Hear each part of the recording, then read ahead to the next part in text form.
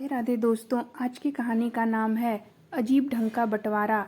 सुबह के 10:30 बजे थे जब लक्ष्मी अपने मायके पहुंची तो देखा पूरे घर में सन्नाटा था।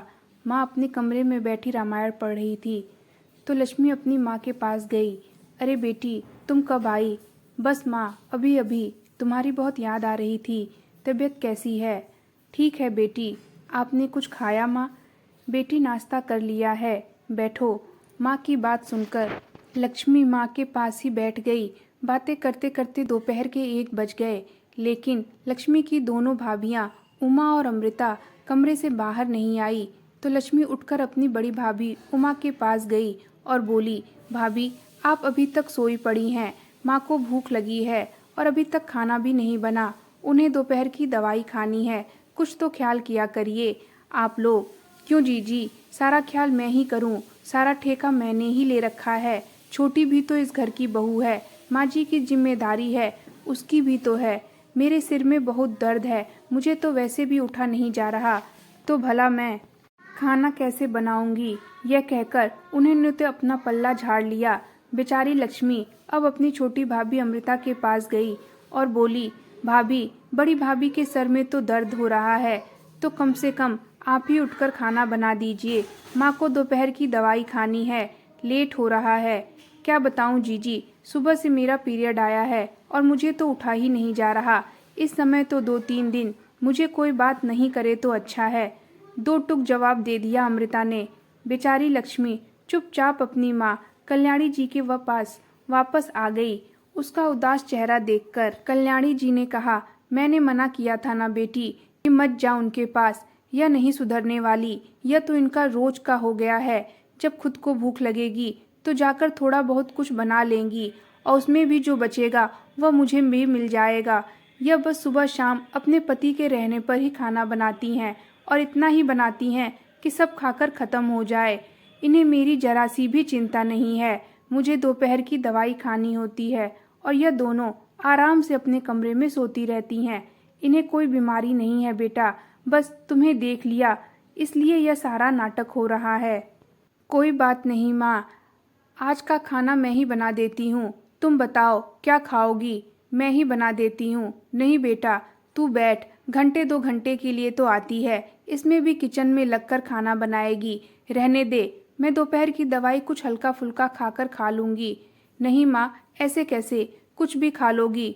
तुम रुको, मैं आती हूँ। यह कहकर लक्ष्मी किचन में गई और कल्याणी जी के लिए खाना बनाने लगी। खाना बनाकर अपनी माँ को खिलाने के बाद लक्ष्मी ने अपनी माँ को दोपहर की दवाई दी। पूरा दिन बीत गया।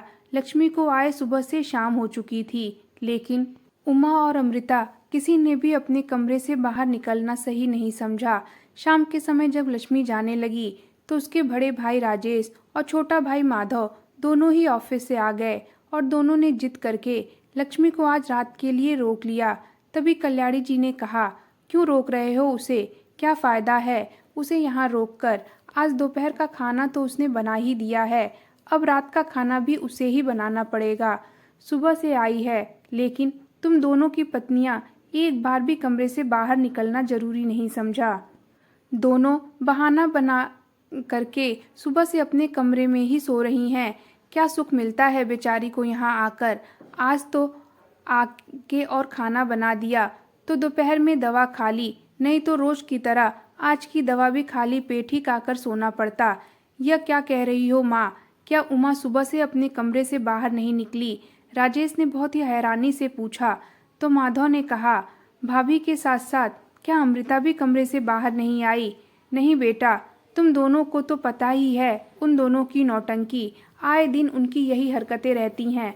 वह कोई न कोई बहाना बनाकर वह कमरे में ही रहती हैं तुम लोगों के जाने के बाद। अच्छा, तो यह बात है, बुलाता हूँ मैं अभी। यह कहकर राजेश और माधव दोनों ही अपनी माँ के पास बैठ गए और अपनी अपनी पत्नियों को आवाज़ देकर बुलाने लगे।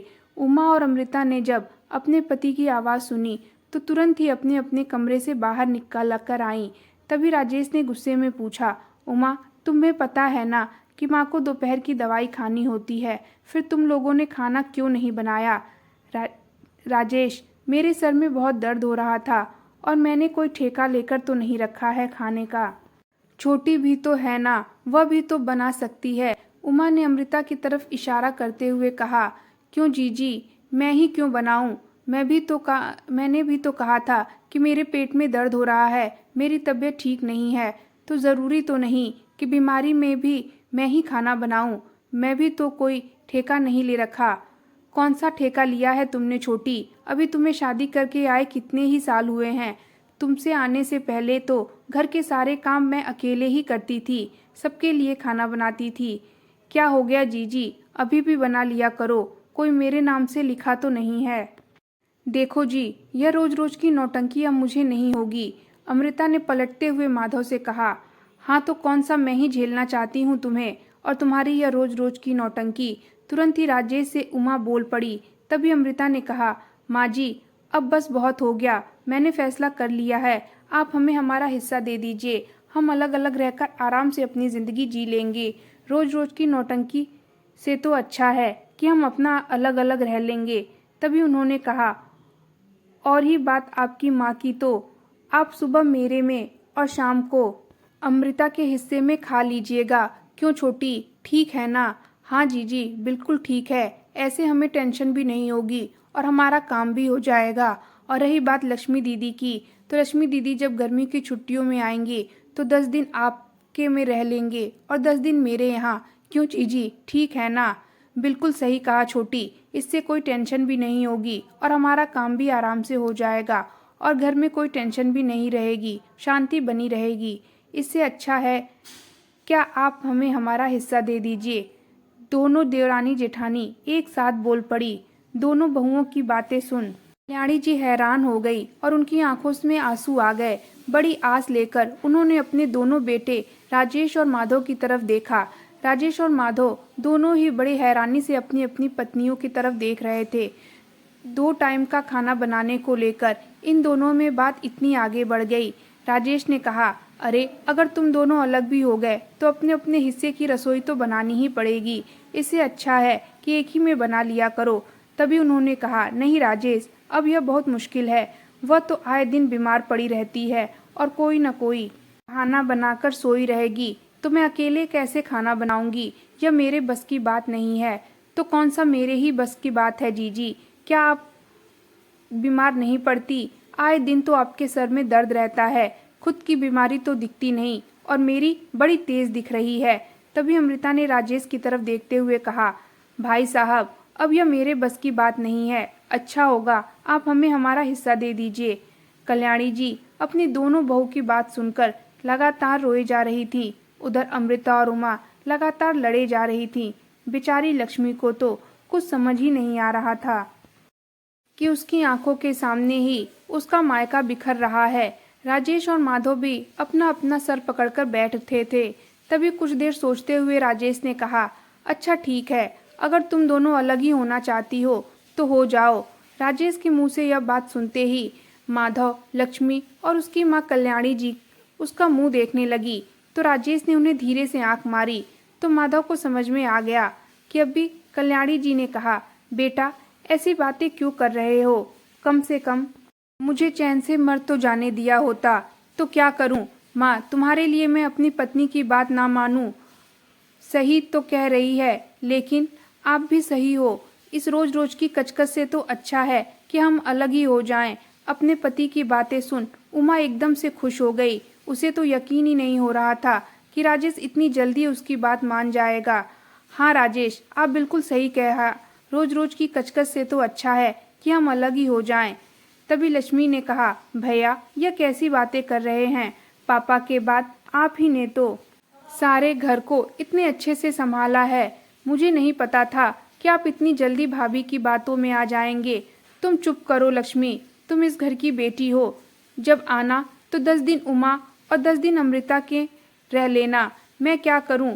क्या अपनी पत्नी की बात ना मानूं और जिंदगी भर तुझे और माँ को देखकर पूरा परिवार की जिम्मेदारी उठाता रहूं?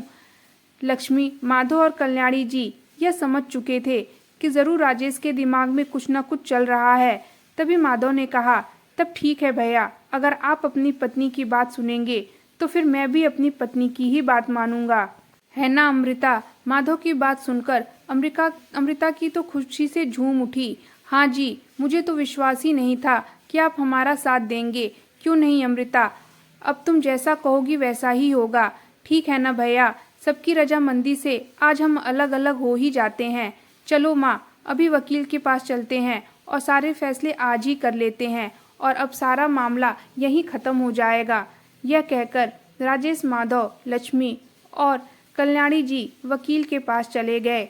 उधर अमृता और उमा की तो खुशी का ठिकाना ही नहीं रहा। दोस्तों, आगे की कहानी जानने के लिए हमारे चैनल को सब्सक्राइब करें, लाइक और शेयर करें। Thank you.